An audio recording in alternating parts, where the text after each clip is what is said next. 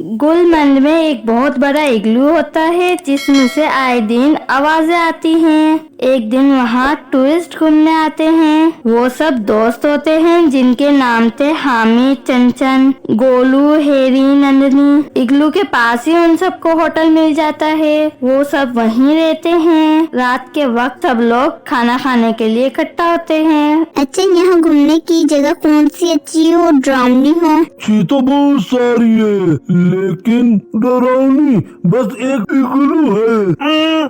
इग्लू इग्लू डरावना कब से हो गया भाई?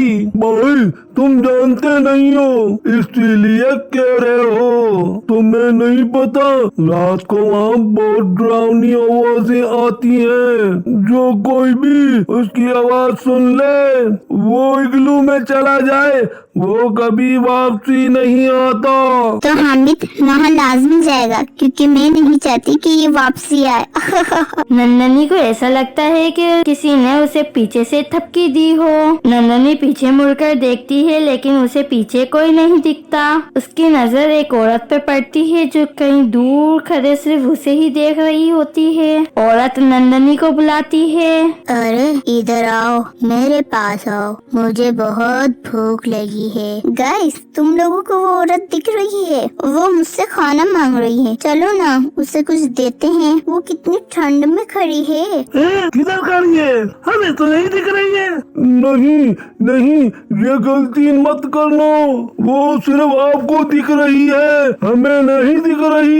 इसका मतलब ये चुड़ैल है जो तुमको मारना चाहती है। क्या बकवास है यार। चलो तुम लोग नहीं जा रहे तो मैं तो जा रही हूँ। नंदनी इग्लू की तरफ बढ़ने लगती है। तेज बर्फ पड़ रही होती है। चारों तरफ ठंड बढ़ने लगती है। नंदनी को बस चारों तरफ बर्फ नजर आ रही थी, फिर भी वो आगे बढ़ती है। सब पीछे से चिल्लाते रहते हैं, नंदनी मत जाओ, आगे खतरा है, रुक जाओ। पर नंदनी किसी की नहीं सुनती है और इग्लू के पास पहुंच जाती है। नंदनी को इग्लू के पास कोई नहीं दिखता है। वो सोचने लगती है वो औरत भी यहीं खड़ी थी, अब अचानक कहाँ गायब हो गई? तभी इग्लू से आवाज आती है। नंदनी डर जाती है और वापस आने लगती है। तभी चुड़ैल नंदनी को पकड़ लेती है और इग्लू के अंदर खींचने लगती है। अरे छोड़ो, अरे छोड़ो, मैं कहाँ फंस गई? बचाओ, हामिद, गोलू, चमचम, हैरी, बचाओ। अरे सब मर गए क्या? कोई तो आओ यार, बचाओ। चुड़ैल नंदनी को अंदर की ओर खींचने लगती है।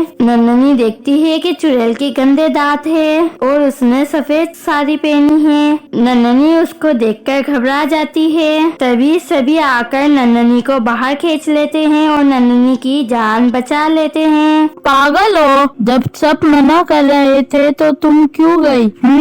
अरे तुम्हें समझ नहीं आता क्या? अब चलो यहाँ से। अच्छा सुन, अंदर में सचमुच कोई था क्या? वेटर की बात सच है, बता ना, तू चुप क्यों है? नंदनी कुछ नहीं बोलती है और सुन पड़ जाती है। बस चुड़ैल का भूतिया चेहरा सामने आ रहा था। सभी होटल चली जाते हैं और अपने अपने कमरों में जाकर आराम करते हैं। नंदनी को नींद नहीं आ रही थी। वो बेड से उठ जाती है और फोन चलाने लगती है। तभी नंदनी के कानों में चुड़ैल की आवाज आती है, नंदनी आओ, मेरे पास आओ, नंदनी आ जाओ। नंदनी उठकर बाहर जाती है। वो खिड़की से बाहर देखती है। उसे वही चुड़ैल इग्लू के अंदर बुलाती है। नंदनी गेट बंद कर अंदर आ जाती है। जैसे ही वो गेट बंद कर अंदर मुड़ती है, चुड़ैल उसके सामने खड़ी होती है। नंदनी बहुत तेज चिल्लाती है, बचाओ,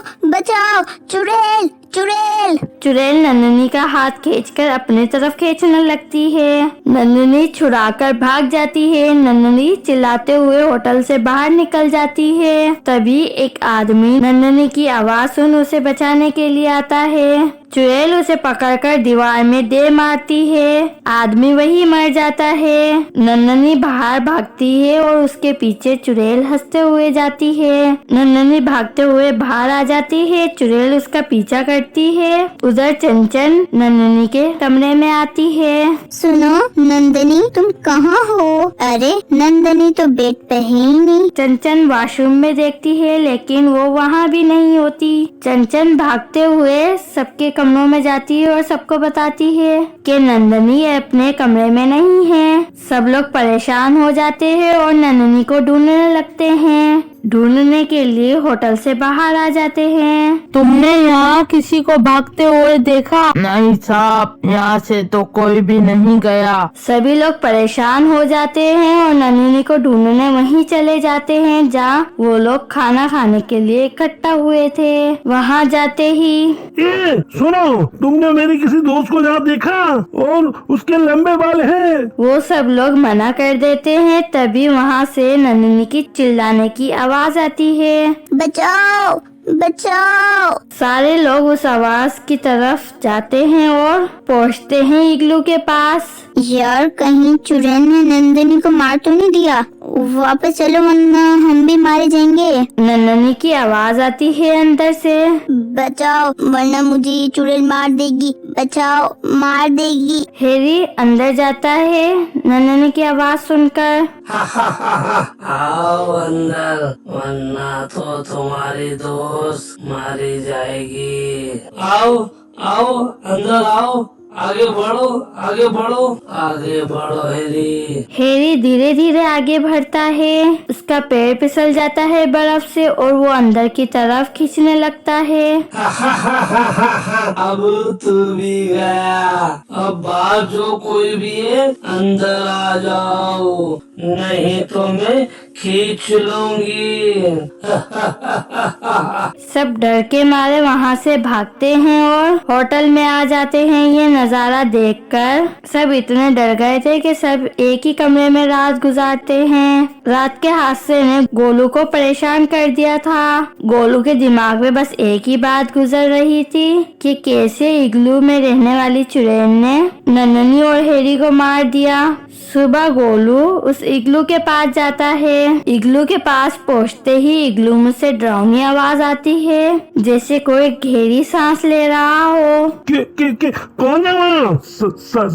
सामने आओ। अरे पगले, यहाँ तो आ गया। अगर चुड़ैल ने मुझे मार दिया तो अभी तो मेरी शादी भी नहीं हुई है। ये मेरे खुदा, बस मेरे दोस्त मुझे मिल जाए, उसके बाद देख लूंगा चुड़ैल को तो। अरे ओ ओ ओ ओ ओ, ओ इग्लू चुड़ैल, सुनो यार, मेरे दोस्त को मुझे वापस दे दो। तुम्हारे क्या काम के है वो? वैसे काम के तो मेरे भी नहीं है, पर फिर भी। चुड़ैल गोलू के सामने आ जाती है और कहती है, क्या है बोल। वो मैं ये कह रहा था, मेरे दोस्त। इतना कहकर गोलू चुड़ैल को देखकर वहीं बेहोश हो जाता है। फिर जब उसकी आंखें खुलती है तो वो अपने कमरे में होता है। भाई वो चुड़ैल बहुत खतरनाक है, उसने हमारे दोस्तों को मार दिया। अब मुझे बचा लो, मुझे बचा ले भाई, मुझे बचा ले भाई। चंचन और हामिद ये सुनकर हैरान हो जाते हैं और एक दूसरे को देखने लगते हैं। दोनों से गोलू की हालत देखी नहीं जा रही थी। वहीं दूसरी ओर उनको खबर मिलती है जिस वेटर ने उनकी मदद की थी, वो वेटर चुड़ैल के हाथों मारा गया। रात हो चुकी थी, गोलू सोने जा चुका था। गोलू को चुड़ैल की आवाजें आती हैं और वो आवाज गोलू को चुड़ैल की तरफ खींचती है। गोलू उस आवाज को सुनते हुए बेड से उतरकर उस आवाज की ओर जाने लगता है। गोलू को जाते वक्त चंचन और हामिद देख लेते हैं और उसका पीछा करने लगते हैं। गोलू चुड़ैल की आवाज सुनकर इग्लू के अंदर जाने लगता है। तभी चंचन और हामिद उसे पकड़ लेते हैं। हमें छोड़ो मत गोलू को, वरना हमारा एक और दोस्त चुड़ैल के हाथ मारा जाएगा। मैं भी कोशिश कर रहा हूँ, तुम भी कोशिश करो। गोलू को अंदर जाने नहीं देना है। दोनों गोलू को खींचते हैं लेकिन उनका हाथ फिसल जाता है। गोलू अंदर चल जाता है। गोलू इग्लू के अंदर जाकर देखता है कि सारे लोग मरे पड़े होते हैं और वहीं उनके दोस्त भी होते हैं। चुड़ैल हंसते हुए उनके पास आती है। क्या हुआ? यही हाल अब तुम्हारा होगा। तुझे मैं जान से मार दूंगी। तभी गोलू पलटकर उस चुड़ैल को चाकू से काट देता है। चुड़ैल मर जाती है। गोलू इग्लू से बाहर आता है। चंचन और हामिद उसे देखकर हैरान हो जाते हैं। अरे गोलू, तू सही सलामत? वो कैसे? वो चुड़ैल है ना अंदर, वो तो किसी को जिंदा नहीं आने देती वापस। जब उस दिन चुड़ैल ने नंदनी और एरी को इग्लू में बुलाया था, चिल्लाने की आवाज आई थी, जब भी मुझे शक हो गया था और मैं पास के बाबा के पास गया था। चुड़ैल तुम जैसी आम इंसान थी, वो भी यहाँ घूमने आई थी। उसका नाम रूबी था। पास के वेटर ने उसको डरा दिया, इग्लू में मत जाना। दरअसल वेटर ने लोगों का चुराया हुआ सोना और पैसे इग्लू में छुपाए हुए थे। तुम ये सब क्या कर रहे हो? तुम पे लोग यकीन करके खाना खाने आते हैं और तुम लोगों को लूट रहे हो और तुम्हें शर्म नहीं आती? वेटर उसका मुंह दबा देता है और इग्लू के अंदर उसे मार देता है। बाद में रूने की आत्मा उसके अंदर रहती है और सोने की रखवाली करती है। टिंको टिंको टिंको बेल।